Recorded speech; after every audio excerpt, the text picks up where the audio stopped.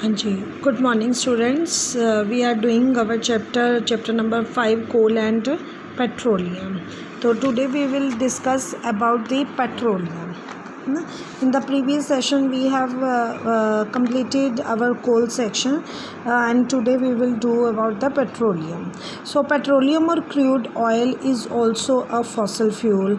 तो fossil fuel मैंने आपको बता दिया था कि fossil fuel क्या होते हैं, which are deep in the earth crust in some area. तो fossil fuel की जब अर्थ में कुछ प्रॉब्लम आई थी, या हम कह सकते हैं कि अर्थक्वेक आया था बिलियंस ऑफ ईयर्स अगो, तो लाखों करोड़ों साल पहले, तो तब जो वहाँ पर जो भी प्लांट्स थे, एनिमल्स थे, इक्वेटिक थे या टेरेशियल थे, तो वो कहाँ पे नीचे दब गए, समुंदर एरिया में, समुंदर में जो समुंदर में थे वो समुंदर में ही मतलब वहीं पर मर गए और नीचे दब गए। उनके ऊपर रॉक्स जो थी वो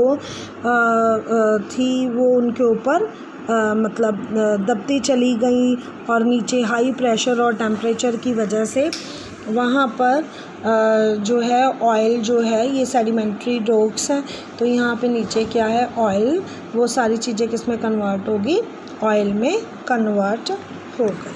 ठीक है। और ये जो एरिया है, ये जो डीप एरिया है, it is found in Gujarat, Assam, Bombay and river basin of Krishna and Godavari reverse. ठीक है। तो formation of petroleum was formed from the remains of organism living in ocean and sea millions of years ago. We have earlier explained. तो petroleum and natural gas are found between the layer of impervious rocks deep in the earth. तो अर्थ के deep में बेटा जी जो petroleum और natural gas है ये हमें मिलती है, एंड जो नेचुरल गैस है that is always found above the petroleum.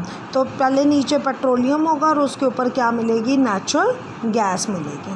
Petroleum and natural gases are extracted by drilling holes in the earth crust. तो अर्थ क्रस्ट में नीचे अर्थ क्रस्ट पे ड्रिलिंग करके जो है वहाँ से जो पेट्रोलियम है वो निकाला जाता है, and these holes are called as a oil wells, और इन्हें क्या कहते हैं, ऑयल वेल्स कहा जाता है। Most oil wells yield both natural gas and petroleum. तो जब ये ऑयल निकाला जाता है तो उसके अंदर पेट्रोलियम भी होता है और नेचुरल गैस भी होती है। तो कुछ वेल्स में तो सिर्फ हमें क्या मिलती है, नेचुरल गैस मिलती है, कुछ वेल्स में क्या मिलेगा, दोनों ही चीज़ें मिलेंगी। ठीक है, क्लियर हो गया ये आपको। हाँ जी। नेक्स्ट आ गया कि ये जो हमारे पास ऑयल मिलता है, that oil is called as a crude oil, और उस क्रूड ऑयल से बेनिफिशियल जो प्रोडक्ट है वो ऑब्टेन किए जाते हैं with the help of a process, and that process is called as a fractional distillation. That process is called as a fractional distillation. तो fractional distillation is used fractional distillation, this is a process of fractional distillation, it's a part। तो fractional distillation में क्या होता है कि जब हमारे पास कोई चीज़ के अंदर दो तीन चीज़ें मिक्स हो या दो से ज़्यादा जो चीज़ें मिक्स होती तो हम उनको सेपरेट करते हैं। तो यहाँ पर पेट्रोल जो कच्चा तेल है उसके अंदर भी बहुत सारी चीज़ें जो हैं वो मिक्स हैं, वो मैं अभी आपको बताऊँगी। तो अब हमने उनको क्या करना है, अलग अलग करना है। तो अलग अलग करने के लिए जो प्रोसेस यूज़ किया जाता है, and that process is called as a fractional distillation.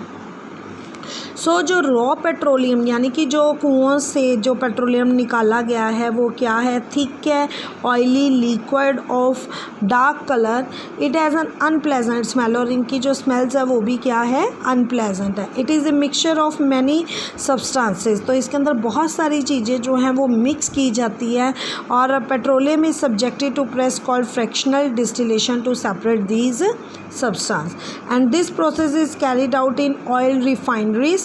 तो ये हर जगह पे नहीं सेटअप किए जाते हैं, तो इनके लिए एक प्रॉपर सेटअप होता है। जैसे हम लोग किसी शॉप पे जाते एक प्रॉपर शॉप सेटअप होती है ना, वैसे ही यहाँ पर जो इन वेल से ऑयल निकाला जाता है उनको रिफ़ाइन करने के लिए एक प्रॉपर सेट होता है, and that is called as a oil refineries.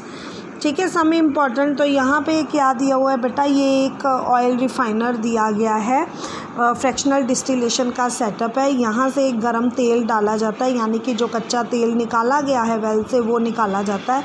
और यहाँ पे अलग अलग बेड्स होते हैं और इनका जो टेम्परेचर होता है वो अलग अलग होता है। पहले इनको ऑयल को गर्म किया जाता है, इसकी इवेपोरेशन होती है और हर एक इवेपोरेशन पे अलग अलग टेम्परेचर पे इनको ठंडा किया जाता है। ठीक है।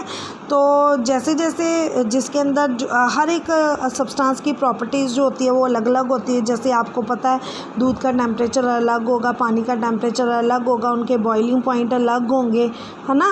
तो हम लोग बात करते रहते हैं ना, तो ऐसे ही यहाँ पर हर एक सब्सटेंस का जो बॉइलिंग पॉइंट है वो क्या है, अलग अलग है। तो जैसे जैसे वो सब्सटेंस वेपोरेट होते जाएंगे जाते जाएंगे तो अपने टेम्परेचर के अकॉर्डिंग वो ठंडे होते जाएंगे and we get the different substances।